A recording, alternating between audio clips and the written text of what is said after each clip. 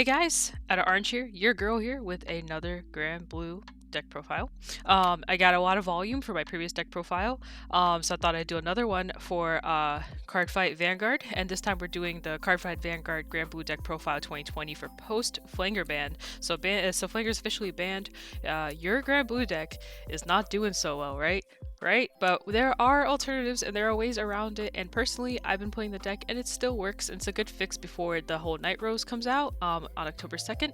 So I'm going to be showcasing this deck profile and some deck strategies at the bottom after I list the entire deck. And I will be showing you guys the actual cards, so don't worry, you'll still see them. I know this is a little different from the usual, but we're going to be doing, I think this is an easier way for you guys to see the cards, aside from like the weird camera angle I had before. So that's why I'm doing it like this. Also, big shout out to two people who helped me get some SPs out of for this clan a while back. I appreciate you guys so much for helping me out. You two know who you are. One person is the person who helped me get into Vanguard and helped me create the deck. The other person is the person who literally got me a bunch of SPs for Christmas. Appreciate you both very much. Thank you. And now let's get into the deck profile. So we're going to start with our grade 3s. We have 11 total, and we have our boss card, which is Necromancer himself. And here he is, our boy. Very, very amazing boy. Very, very good card, especially for Granblue with how the mechanic works and everything. I think this card is amazing. The skill, you mill, you get criticals. It's just great. Like, the more your drop zone grows, the bigger this thing gets, especially late game. It does have an issue where you can mill out, but we'll be talking about that more as we go. And then our next grade 3 is Skull Dragon, and I do run 4 copies. And in case you're wondering why I run all 4 copies, is because I personally think riding this thing isn't bad. There are matchups that you're gonna get where you don't really want to push him too hard, and maybe your drop zone isn't looking too great and you don't have your necromancer and you're just struggling. This is a good way to go. Like, if you have like 8 or 9 in your drop zone, the person still has to guard it. We are a clan that can easily go crits and slam dunk with our crits, so like it's always a risky chance to say no guard to Vanguard, because you're just gonna have to potentially take 2 to 3 damage.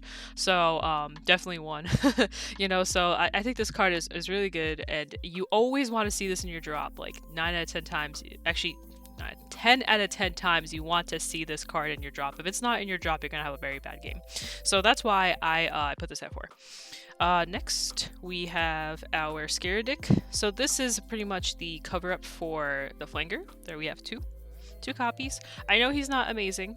He's definitely not as great as Flanger was, and I don't think any card in Granblue at least is going to come out that's going to reach Flanger stats like to that degree. I don't know, but that's just my assumption. I don't think we're going to get a card that's just that dumb. That card is dumb. But it's what kept winning me regionals. Anyway, so this card is actually not bad. This is a really good late game. Like, when you're down to 4 cards in your deck or so, you're gonna deck out regardless. Like, there's no chance that you're not going to deck out, so you kind of have to kill your opponent at this point. What this card does is, if you have 30 in your drop, you discard all the cards in your hand. This gets 30k into critical. Pretty much this is the ideal column that you want to have with Skull Dragon late game. Even though this number is smaller, it is a 2 damage type of thing, and usually if you say your opponent's at 4 damage and you're kind of on a risky situation where you're down to 4 or 5 cards in your deck and you don't know if you're going to kill them, you put this down and really hope that they don't have a PG, pretty much, because they either have to guard this, because this will be a 42, and if you put a decent booster in the back, it can go all the way up to 50, and I have another card in here that puts it to 54. So this is pretty hard to block. It's a pretty high number. It's 2 critical. It's pretty much a melody column for Bermudas. Like, it's not going to be an easy guard. And later on, I'll be explaining how you can literally have all your columns have criticals, and that's very scary. Like, very scary for the opponent, depending on the situations of how you're doing with your drop zone. But yeah, so then we have 2 of those, and then we have our just in case card, which is the Baskirk himself, the King of Dynamic Seas Baskirk. We're keeping it at 1 because you don't want to ride this. This is a last resort card, and I'll be talking about it more later as we get into more of the deck profile itself. So that's it for the grade 3s. We're going to be going on to our grade 2s, which we have 10 in total. We're going to start with our ship. our amazing ship right here. You want 3 copies of Storm Ride Ghost Ship. Storm Ride Ghost Ship is an amazing card. I put it to 3 because I want to see this card. I don't want to see it in drop. I kind of don't want to see it in my hand. I mean, I'm sorry, I don't want to see it in my damage. I don't want to see my damage. I kind of don't want to see it in my hand, but it's not terrible in my hand. I definitely want to see it in my drop zone, though. This card is ideal in the drop zone. This is a 24k beat stick, and you retire it and draw a card. This card is amazing. Now, why don't I put it at 4? Because there's just no point. You don't want to see it in your hand too much because it is a dead card in your hand unless you perfect guard it out, or because you have no other way to get it out of your hand. Essentially, like it literally says you can ride it, but you can't do anything else with it. You can't guard with it, and if it's in your hand, it's a dead card. So that's the only risk factor of this card, and that's why we put it at 3 because of that restraint on the card itself. But the draw, it retires itself 15k when it attacks. Great card. Next we have a not as great card but decent card. We have Rune Shade, and I do have we have 3 copies. We're going over Rune Shade. I have the ORs because thank you to my friends who helped me out. But this card is decent-ish. So it's not the most ideal grade 2. This card is really good to set up your drop zone early on. Later on, this card is not ideal anymore. It actually kind of dies later on. Like it's not a. So pretty much long story short, this card gets 4k if you have 10 in your drop, and then it gets another 4k if you mill when you attack Vanguard with it. So pretty much just becomes a 17k. And with a booster, I guess it's decent. It's the best hitter that isn't Ghost Ship, but you also have to mill, so this can be very scary to use later on. You don't want to mill that much, but early on this is good. There's no better grade 2 to replace this, so that's why we run it at 3, because we don't need any more and we don't need any less. You don't want to see it in drop, you don't really care if you see it in damage, and in your hand early on is perfect. So that's where that card is. And then last but not least, the best card is Greed Shade himself. So we have 4 copies of Greed Shade. This is what makes this clan, or at least this deck, really good, because this card lets you fetch anything from drop by milling 2. And normally what you do is you discard your Ghost Ship to get something else out, and now your Ghost Ship is in your drop where you want him. So this is really good for setting up your drop zone, and in case if you really know your matchups, this card's super ideal. Like if you know your matchup is like, I'm gonna restrain all Sentinels, well then pick up a heal. Or you don't have your ride target, pick up a Necromancer. Or you need I need extra guard of any kind, like anything that you know is going to be a thing, you pick that up. Maybe you need that PG, so you pick up the PG. You really need to know your matchups. This card is its strongest when you know your matchups. If you don't know your matchups, this card is very weak because you pick up the wrong thing and you lose. I made that mistake in regionals, don't be like me. Back when I was just learning Vanguard, I picked up a PG against a Narukami player who had a grade 2 that said no Sentinels or no perfect guards, whatever it was. I don't play Narukami. I don't know the exact skill. I just know that there's a card that says you give a unit the skill of that particular attack that you can't PG. So I picked up a PG the turn before and I died. Should have picked up a heal. Anyway, so learn your ways. Learn how to greed your shades. Yeah. Okay, so I think that's what the grade 2s. Now we're going on to grade 1s. So we got 12 in total. We're starting with the grade 1 Sentinels. Very, very good card. I think this is the better ride now after playtesting this deck so much. I think this is better than Romario. Just because, one, you don't have to sacrifice a CB for it. You draw 2, discard 1. If your hand is just not doing so well, this is the perfect way to filter it out early on. And on top of the fact that it's just a Sentinel itself, you don't have to draw extra cards like later on in the game in case that becomes an issue. I think this is very good. I think it's the better ride target. After testing out between both ride targets, I have definitely noticed that Romario isn't as good as this. Like, it's something I started noticing more and more the more I was playing. That CB can be your win or lose, because you use the counterblast for Romario, and then you need it later on for Necromancer, but then you have stuff like Force coming in your face that are like, oh, you can either take 3 damage or no damage, but you need your Necromancer skill, right? So it's like, do you take 3 damage just so you can counterblast once? Whereas with this card, you don't have to worry about the counterblast issue at all. You take 1 damage, you guard everything until you get to your Necromancer, and you're good to go. Speaking of Romario, and my cat just dropped a book. Here is Romario, and I actually booted him down to 3. I used to put him at 4. Now he's at 3. This is Dandy Guy Romario. The other guy was Dalf the Ghosty, by the way. But this is Dandy Guy Romario. This card, I like this card later on. I like that this is a 12k booster. In case we'll see some more grade 1s here in a second, but a lot of the grade 1s kind of don't get to the boost that we need to make Scaradic scarier, and then to make our Skull Dragon scarier, to make our Necromancer attacks scarier. In order to make our attacks more lethal, we need higher power. Like, yes, like perfect guards are a thing, but also the higher the numbers are, the harder it is for people to hard guard it if they have to. So that's why this card is good later on, because you get 4k if you have 10 in your drop, and this becomes a 12k boost all out pretty much until the end of the game. And like I said, it's decent, it's not the best, and I'll explain why as we get further on.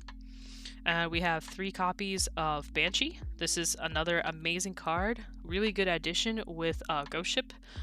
This card is good. It's only an 8k though. It can become a 4k for a turn, but that's where this one kind of falls apart a little bit more. But this is good for drawing. This is good for soul blasting, to get anything that's in your soul out into your drop zone, make your Skull Dragons bigger. Very ideal card. I put it at 3 because you don't want to always see this, but you don't want to not see it at all. Usually this is one of those, like, I'm gonna perfect guard this out, or I'm gonna guard with this just to get it out into your drop zone so you can use it. And obviously I put it at 3 because in case one falls into your damage and you just don't heal.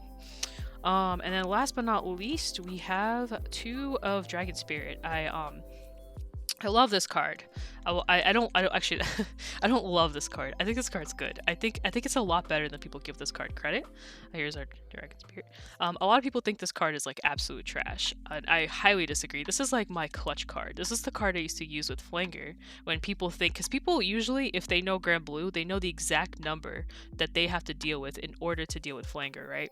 So they would purposely prepare their hand or their like Excel markers to make sure that they have just enough to surpass Flanger.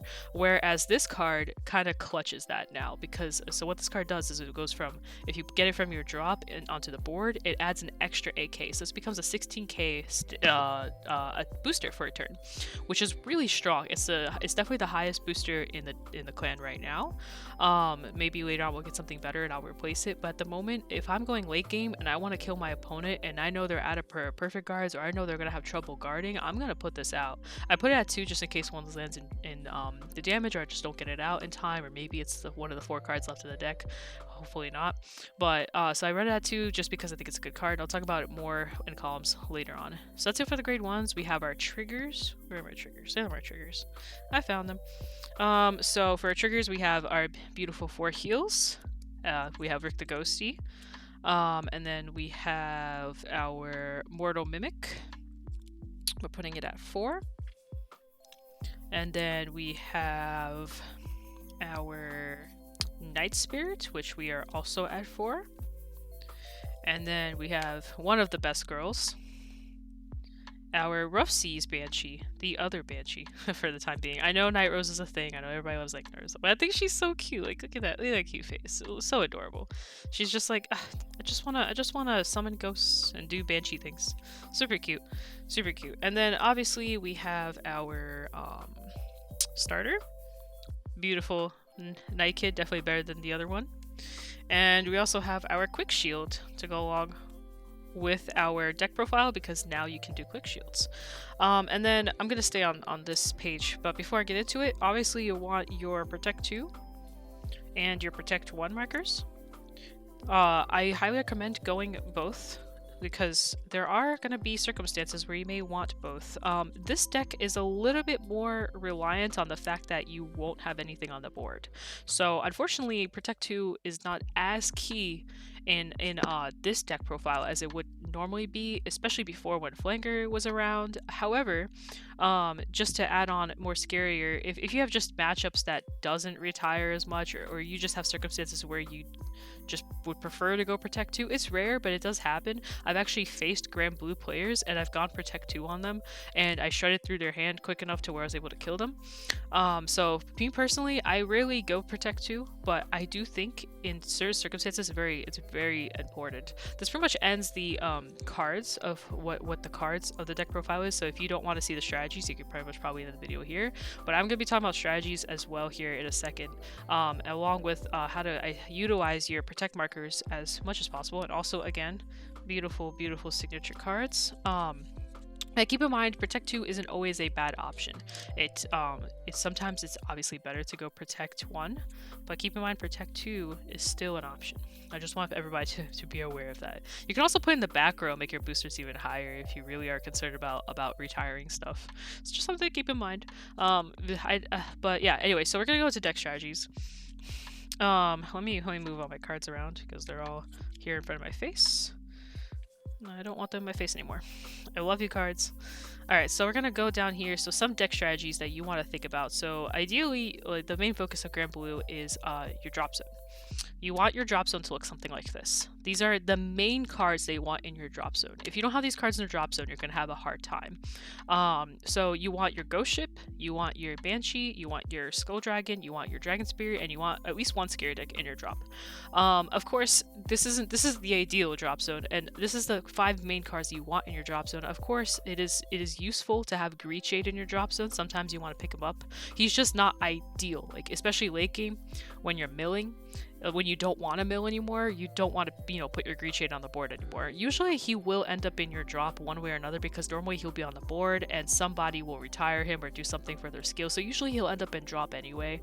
But these cards you have to set up for these cards. Like these cards don't just magically appear in your drop unless you use them somehow. You kind of need to put them in your drop, and that's why I'm focusing on these 5. So the Ghost Ship, you always want to discard it with your Greed Shade, or Perfect Guard it with your Sentinels, or ride it with your Grade 2 turn.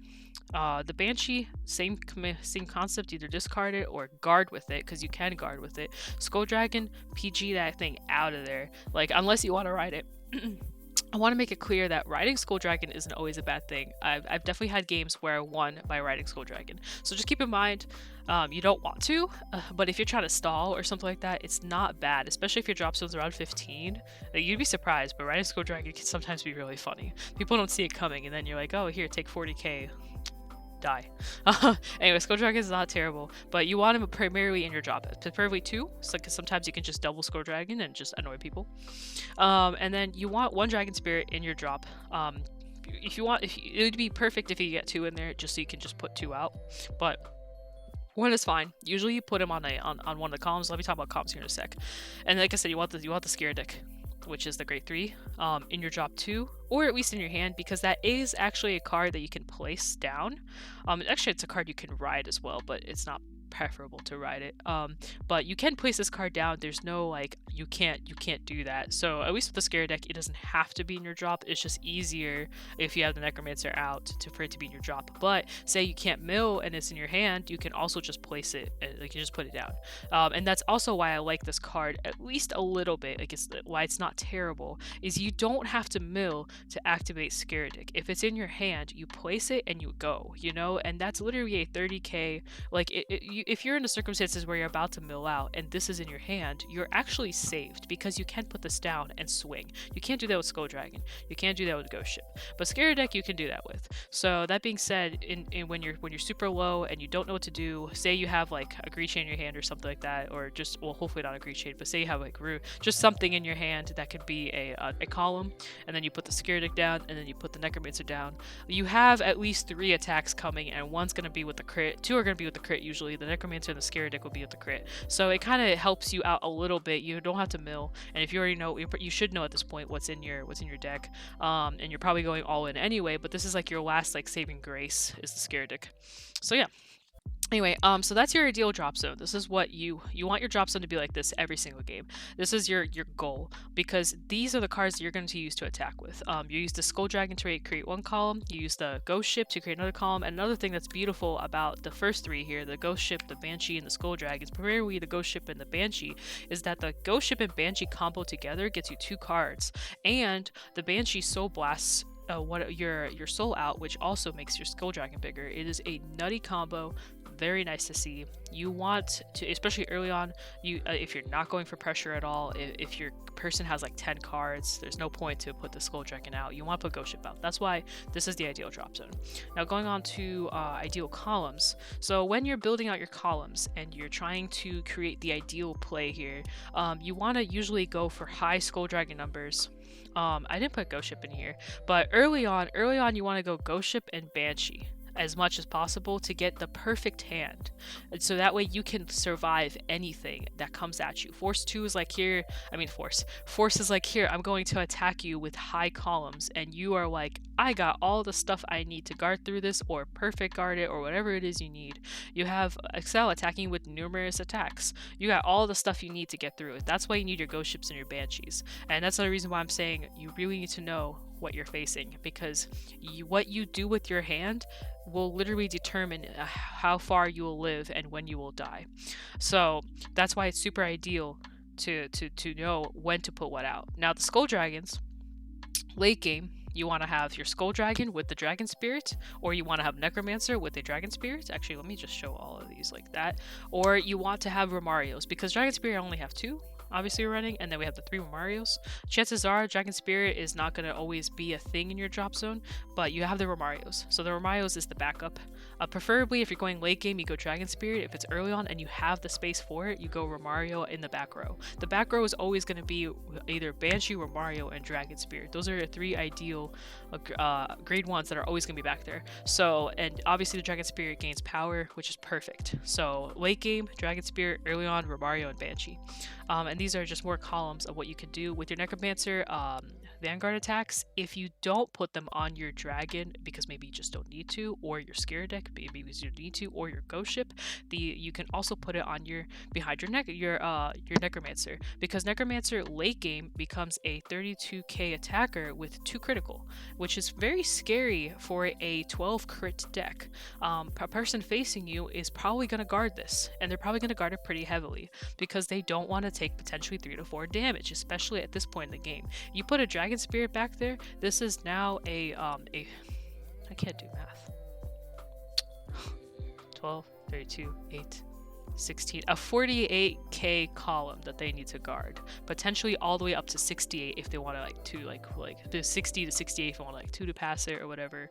This is very scary late game, and the more you rack up this column, the harder it's going to be for your opponent to guard this, and the higher chances is that they're going to have to take it or they're going to die to it. So it's very important to really put pressure, and on top of the fact, the more pressure you put on this column, the easier it is for you to put pressure on your skeleton column. Your Skull Dragon is going to be very big, and the person has to make a decision, like, do they take the damage from Skull Dragon, do they take the damage from Necromancer, like what do they do to survive? So that's why the bigger this column is, the easier it will be for your Skull Dragons to be unblockable. So yes, those are our columns. And then what to fetch with Greed Shade. Now this is probably the most important part of this video. As I mentioned earlier, you need to know what to fetch with your Greed Shade. If you don't know what to fetch with your Greed Shade, you're going to lose the game. I just want to make that like as clear as possible, as clear as day. Like, you need to know what your opponent's doing. You need to know what your opponent's going to do next turn. You need to know what your opponent's going to do in 2 turns. Like almost 9 out of 10 times. And what you need to know is, when you place this card, why are you placing it? That is the question you should be asking yourself. You're not, because the goal here is you're not placing it to mill. You're placing it to fetch. That's something that people really need to like. That's something you need to like wrap your mind around when building this deck.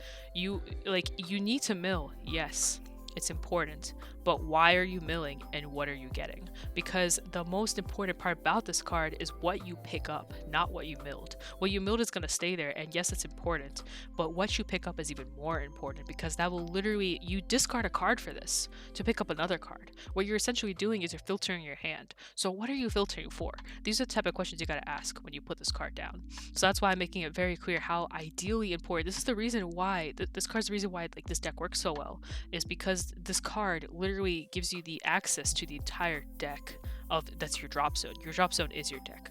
So you need to know what you're grabbing. As I explained earlier in the video, do you need a heal? Do you need a perfect guard? Do you need your ride target? Do you need extra shield power of whatever value it is? If you know your opponent's deck really well, especially if they're Excel or whatever, if you know what kind of numbers they're going to be hitting for, maybe you don't need to pick up a heal. Maybe you need to pick up a 15k or a 5k. Keep in mind your numbers. Keep in mind the columns that are going to be attacking at you a turn ahead. Are they going to Senator restrain you? Because that is super important. If they're going to Senator restrain you, there's no point to pick up a perfect guard.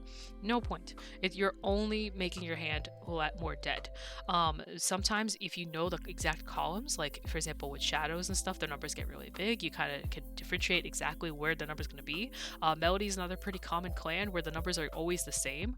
They're always like between like the 40 and the 60k range, or like for 55 or 52, 53. Sorry, it's like usually 53, 43. All those specific numbers. Keep in mind the force clans and their 1,000 difference, because that also plays a big role in how you're going to guard. You can save yourself from guarding an extra card by picking up the right card. You know, this is called magic numbers. I'm sure you guys have heard of this before, but magic numbers are ideal, and especially in this clan, the better you know how to guard, the easier it is going to be for you to survive and kill your opponent next turn. So Greed Shade is very important. Just keep in mind what to pick up, because like you really need to understand what to pick up. I know I went into like a whole rant, but this card is is definitely the strongest card in this clan by far, but it can also be the weakest card in the clan if you don't utilize it right. So I just want to make that clear. I think that's maybe it. Oh yeah, Baskirk. So our last minute stall resort is Baskirk. There are two situations where this card can be used pretty much. One is you just ride it because you have nothing else to ride, and two is the stall and last minute game.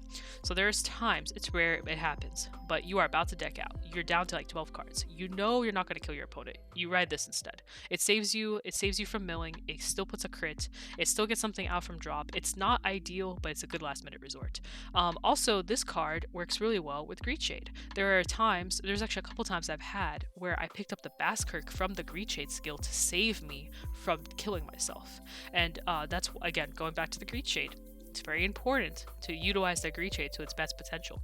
I literally discarded a ghost ship and picked up a Baskirk. And then next turn, I rode the Baskirk and put the ghost ship back out. You see what kind of play I made there? I saved myself. I rotated a card out that I needed for a card I didn't need, because Ghost Ship is best in drop zone. And then next turn I used the Baskirk to not only draw a card, put pressure on my opponent, Soul Blast to get more drop ready for Skeleton, and I was able to call it out and have it retire, so that way the opponent can't do anything with my board next turn.